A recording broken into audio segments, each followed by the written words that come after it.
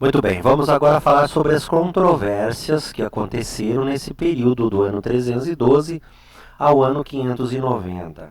As disputas doutrinárias existentes dentro da igreja. A primeira controvérsia ocorreu no início do século IV, entre o presbítero Ário de Alexandria e o presbítero Atanásio de Alexandria. Ário, ele afirmava que Jesus era superior aos homens, porém inferior ao Pai. Ou seja, que Jesus, filho, não era da mesma substância que o Pai, não tinha a mesma autoridade, que Jesus era homem, porém superior aos homens, mas não era Deus. Que Jesus era superior aos homens, mas não era Deus da mesma forma que o Pai. Ele não admitia a existência eterna de Cristo. O seu principal opositor, claro, foi Atanásio, também de Alexandria, o qual afirmava a unidade de Cristo com o Pai e a sua divindade. Bom, Ário conseguiu o apoio do bispo de Eusébio da Nicomédia. Eusébio da Nicomédia era um parente distante de Constantino, né? Bom, essa controvérsia, essa disputa teológica em Alexandria, levou ao Concílio de Nicéia em 325. Nesse Concílio de Nicéia, Constantino presidiu o concílio, estavam presentes lá vários bispos importantes da época, que nós já comentamos isso anteriormente. E o resultado desse concílio foi que o partido niceno, ou seja, o partido de Atanásio, saiu vencedor. E, no caso, Ário foi enviado ao exílio. Porém, o bispo Eusébio da Nicomédia, por conta da sua influência política, etc., ele muda a opinião de Constantino, manda chamar Ário novamente, e ele passa a apoiar o partido ariano. Isso vai trazer problemas futuramente. Então nós percebemos aqui a influência já do Estado, do imperador nas questões da igreja, nas questões teológicas da igreja. O partido ariano de Eusébio de Nicomédia conseguiu o apoio de Constantino. Atanásio, então, foi enviado ao exílio e o arianismo permaneceu. Após a sua morte, a morte de Constantino em 337, seus 3 filhos assumiram o império. Os 3 filhos de Constantino vão assumir o império. Cada um recebe uma parte do império. Constâncio vai receber a parte oriental, né? E Constante a parte central e Constantino II a parte ocidental do império. Bom, Constâncio então ele assume a parte oriental e ele vai apoiar, portanto, o arianismo, né? Ele vai apoiar o arianismo. Muito bem. E, logicamente, apoiando o arianismo, depois, quando ele assume todo o império, em 350, ele faz com que os bispos do partido niceno assinem uma confissão ariana. Por exemplo, o Ósio de Córdoba e Libério, bispo de Roma. O que ele vai fazer? O lado ocidental, que acreditava que Jesus era Deus, da mesma forma que o Pai, que o Filho era Deus da mesma forma que o Pai, vai ser obrigado a assinar uma confissão ariana afirmando que Jesus não tinha a mesma substância que o Pai. Muito bem. Há uma declaração de Jerônimo, futuramente. Jerônimo vai dizer o seguinte: Jerônimo vai viver por volta do início do século V, né, final do século IV. Ele vai dizer assim que o mundo percebeu, que o mundo despertou de um sono profundo, e percebeu que tinha ficado ariano. Ou seja, passado aquela febre de Constantino, passado a perseguição, etc. e tal, pensava-se então que agora a igreja ia viver um período de paz, de tranquilidade, de progresso, né? Mas assumindo então os filhos de Constantino, quando assumem o poder, em vez de defender a igreja na sua doutrina ortodoxa, eles passam a defender o lado das doutrinas heréticas, nesse caso o arianismo. E o arianismo ele vai crescer do lado oriental. 379, 380, até o Concílio de Constantinopla, quando ele é condenado, e então ele sai das trincheiras romanas e vai alcançar os bárbaros. Na verdade, o arianismo ele vai se propagar muito entre os bárbaros, fora dos domínios romanos. Não é? Por Constâncio, em 361, morre repentinamente, e Juliano, após a morte de Constâncio, ele assume o poder no lugar do seu primo. E assumindo o poder, ele se declara não cristão. Então ele fica conhecido como Juliano o Apóstata. E durante 3 anos, aproximadamente, ele vai propagar o paganismo. Ele vai construir templo, ele próprio vai ser o sacerdote, ele próprio vai fazer as adorações, queimar incenso, oferecer sacrifício. Ele vai tentar convencer o povo a voltar ao paganismo. Só que o que acontece? A igreja já está fortalecida. O povo já não quer mais aquele paganismo antigo, já não é atrativo mais aquele paganismo antigo, porque esse paganismo antigo ficou esquecido. E ele não tem sucesso contra isso, pelo contrário, ele é ridicularizado, ele é caçoado, enfim. Só que ele também usa de uma artimanha, ele próprio caçoa dos cristãos. Ele coloca um apelido nos cristãos, chamam ele de Galileu. E ele também é caçoado pelos cristãos e ele não tem sucesso. No ano 364, ele vai defender o seu reino contra os persas, né? E nessa batalha ele é atingido por uma lança e cai. Segundo os historiadores, durante esse momento de agonia, de aflição, ele faz a seguinte declaração: venceste, ó Galileu. Então a luta dele era combatendo contra o cristianismo. E na hora da sua morte ele diz: venceste, ó Galileu. E esse período da história que nós estamos estudando, eu já falei para você que é o período profético da igreja de Pérgamo. É um período onde a igreja ela é invadida por uma série de heresias e ela é controlada por uma série de pessoas que tentam dominar a igreja. Então, se você ler lá o texto lá em Apocalipse, você vai ver que lá diz assim: onde está o trono de Satanás? Realmente o cristianismo agora ele está instalado no Império Romano, consolidado, porém com a interferência de muitas coisas, de muitas heresias e de muitas pessoas que ainda tentam minar a fé cristã. Olha só. Por exemplo, havia de um lado o partido niceno e havia do outro lado o partido ariano nesse período aí.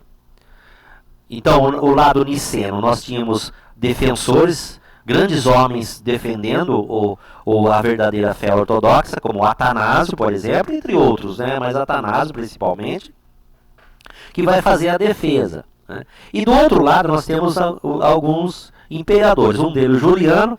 Depois nós tivemos depois de Juliano, o Joviano assume o governo, só que o Joviano tem um reinado curtinho. Ele também vai favorecer os cristãos, ou seja, o partido niceno. Vai trazer de volta Atanásio, que está no exílio. Atanásio vai umas 4 vezes para o exílio, acho que 5 vezes me parece. E Atanásio retorna para Alexandria. E ele é o grande bispo de Alexandria, né? O grande defensor mesmo, grande teólogo e pregador da época.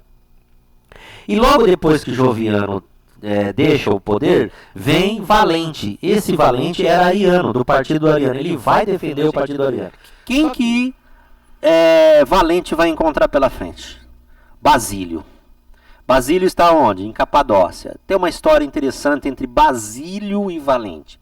Valente fez uma ordem que ele ia visitar lá a igreja onde estava Basílio.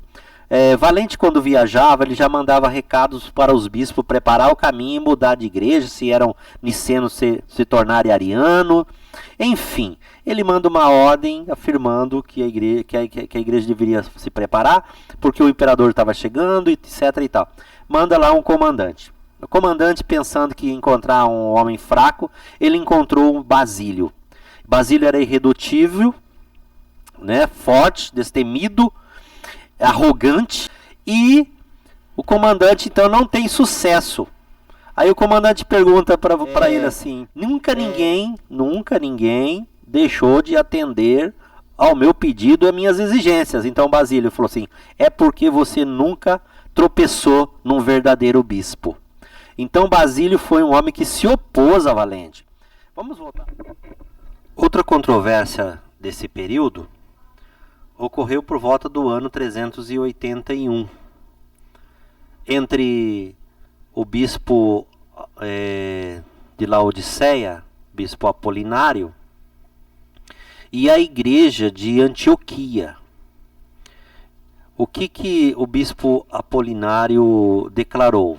Ele declarou que a natureza divina tomou o lugar da natureza humana em Cristo. Ou seja, naquele tempo, pensava-se, no corpo do homem, habita a alma.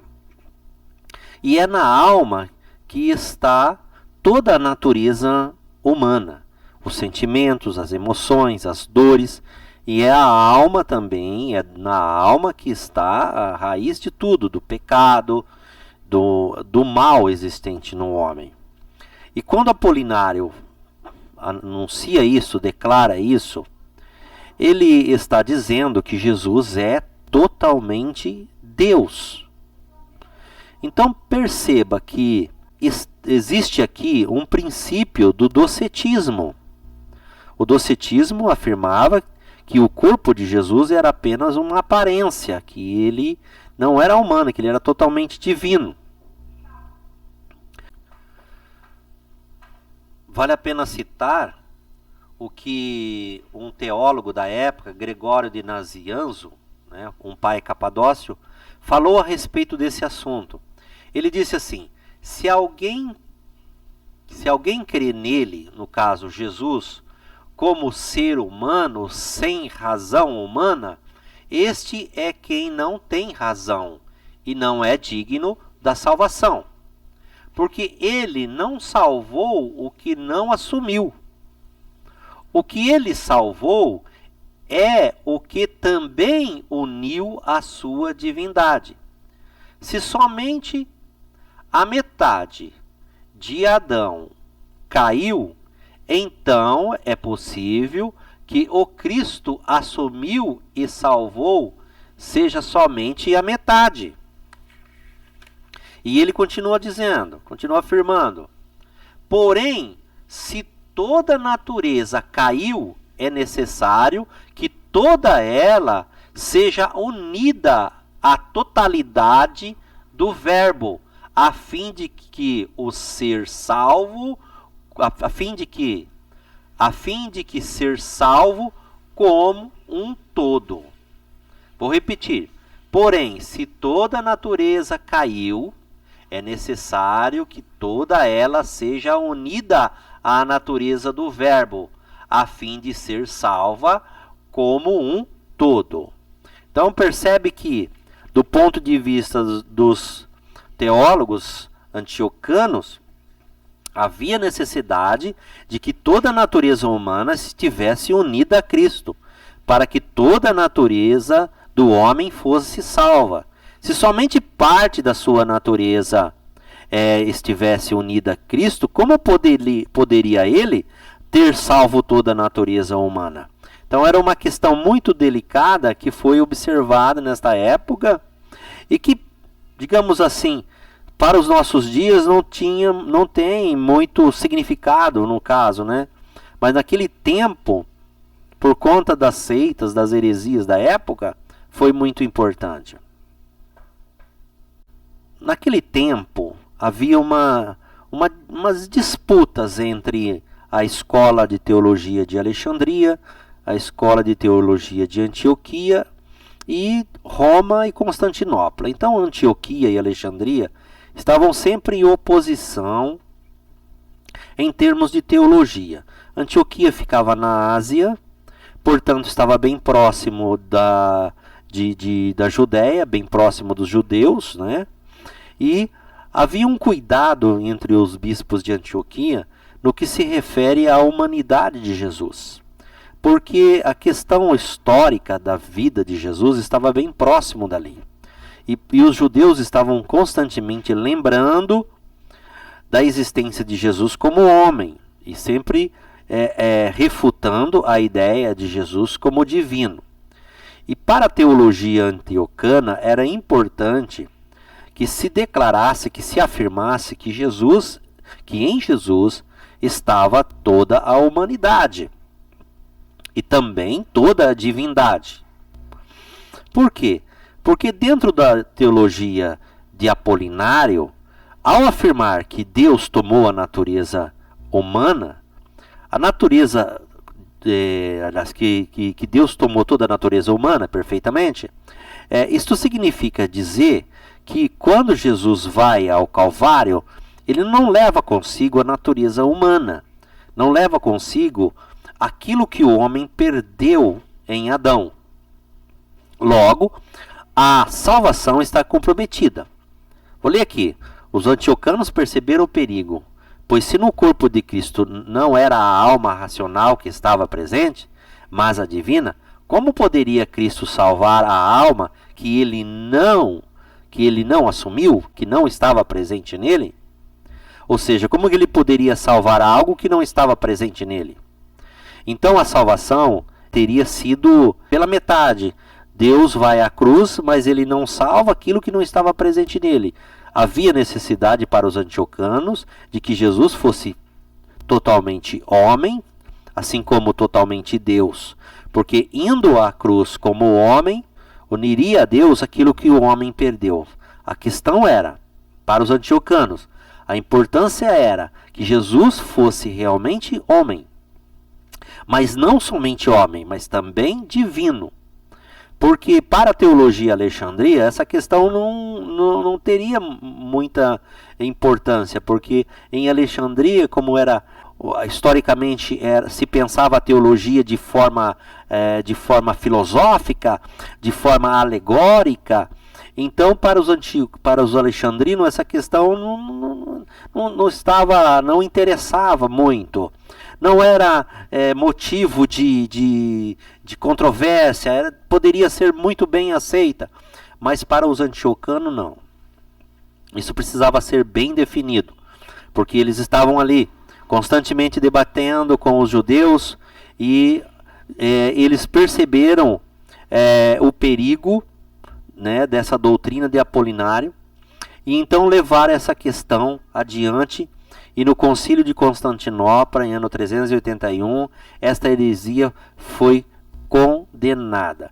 Então nós percebemos que havia um zelo, era muito importante essa questão da humanidade de Jesus, da divindade de Jesus, e era um tema muito debatido por conta do próprio arianismo, que ainda estava presente, que embora tenha sido condenado, teria sido condenado no Concílio de Nicéia, revitalizado, e estava atuando. Então, para eles, era muito importante a definição de quem realmente era Jesus. E qual é o teu papel, qual foi a sua função, o que ele realmente veio fazer, e como isso aconteceu. Então, a natureza humana era muito importante nessa questão da salvação, porque se na cruz não tivesse a natureza humana, a quem Deus estaria salvando? A quem estaria salvando se o humano não estava na cruz, mas somente o divino? Como poderia Deus, portanto, salvar o homem se o homem não estava ali, presente? Se a natureza humana não estava ali? Porque para os teólogos antiocanos era necessário a presença humana para que Deus pudesse unir aquilo que se havia perdido em Adão. Então, essa foi uma controvérsia muito delicada, muito sutil vamos dizer assim, severamente condenada pela Igreja de Antioquia. Agora nós vamos falar sobre a controvérsia Maria, Mãe de Deus. Um assunto que levou ao concílio de Éfeso no ano 431. Primeiramente, é preciso explicar qual era o cenário dessa época em todo o Império, vamos dizer assim, em todo o Império Romano. Nós tínhamos, como eu disse anteriormente, alguns polos de teologia. E esses polos de teologia, esses centros de teologia, disputavam entre si a proeminência sobre outros lugares. Por exemplo, A cidade de Roma era um polo, Alexandria, Antioquia e Constantinopla. Em primeiro lugar vinha Roma, então que tinha proeminência sobre todos os demais. E havia uma disputa entre Alexandria, Antioquia e Constantinopla de quem deveria ficar em segundo lugar nessa relação. Constantinopla disputava ferrenhamente com Alexandria. E por isso, todas as vezes que acontecia alguma coisa na cidade de Constantinopla, Alexandria tomava partido porque via um concorrente forte nessa disputa de quem deveria estar em segundo lugar. Isso foi um acontecimento que eu já até comentei na era anterior, que era a elevação dos bispos. Então começou a haver muitas disputas entre os bispos, entre os centros do cristianismo nessa época. Algo aconteceu na cidade de Constantinopla e isso vai ser tomado por Alexandria, pelo bispo Cirilo especificamente de Alexandria. Ele vai levar isso até as últimas consequências, que é essa questão da controvérsia Maria, Mãe de Deus. Na igreja de Constantinopla, quem era o sacerdote ali, o bispo, era Nestor ou Nestório. E ele se opôs à aplicação do termo Maria, Mãe de Deus, ou seja, o termo Theotokos, em apoio ao seu capelão Anastácio. Muito bem. Nestório, ele na verdade, ele pensava que deveria ser falado algumas coisas a respeito da humanidade de Jesus e a respeito da divindade de Jesus. E quando ele ouviu seu capelão mencionar que Maria era mãe de Cristo e não mãe de Deus, ele apoiou o seu capelão nessa sua posição, ou seja, o que significa esses termos? Theotokos significa genitora de Deus e Cristotoko, genitora de Cristo. Para Nestório, não era que o que estava em questão ali era a importância de Maria, o seu papel. Então é preciso esclarecer bem, o que estava ali era a cristologia, era quem realmente Jesus era, não é? Qual era o seu papel e o que ele veio fazer na humanidade, qual é o papel que ele cumpriu na humanidade. Não estava ali em questão a importância de Maria. Ao explicar sua oposição a esse termo, Nestor dizia que em Jesus Cristo Deus tinha se unido a um ser humano. Como Deus é uma pessoa e o ser humano é outra, em Cristo devem estar presente não só duas naturezas, mas também duas pessoas. O que nasceu de Maria foi a pessoa e natureza humana, e não a divina. Por isso, a Virgem é Cristotokos, genitora de Cristo, e não Theotokos, genitora de Deus. A união que existe entre estas duas pessoas não é uma confusão, mas uma conjugação, um acordo e uma união moral. Muito bem, pessoal, eu gostaria de fazer um comentário a respeito dessas controvérsias que nós acabamos de ouvir e explicar um ponto que eu acho que não ficou bem claro a respeito das escolas que eu acabei falando, a escola de Alexandria, a escola de Antioquia e Constantinopla. Esses pontos de erudição, esses pontos da igreja primitiva na época, eram pontos muito fortes, eram onde se concentrava um grande número de cristãos e, por sua vez, bispos de grande influência, principalmente Alexandria. Então você percebeu que Alexandria, o ponto de vista deles sobre Jesus era que eles enfatizavam o lado divino de Jesus e não tanto o lado humano. Então, para eles afirmar que Jesus era homem, digamos assim, uma heresia. Por isso que Ário foi condenado quando disse em Alexandria que Jesus era homem. Atanásio defendia a divindade de Jesus. E para Antioquia era importante enfatizar o lado humano de Jesus pela questão da salvação, como nós falamos aqui, explicamos na controvérsia de Apolinário. Mas não que Antioquia não acreditasse na divindade de Jesus. Para os teólogos de Antioquia, se fosse exaltada demasiadamente a divindade de Jesus, poderia-se obscurecer a humanidade de Jesus, que era tão importante na salvação, também como era importante a divindade de Jesus. Na questão Theotokos, que os alexandrinos questionaram, porque na verdade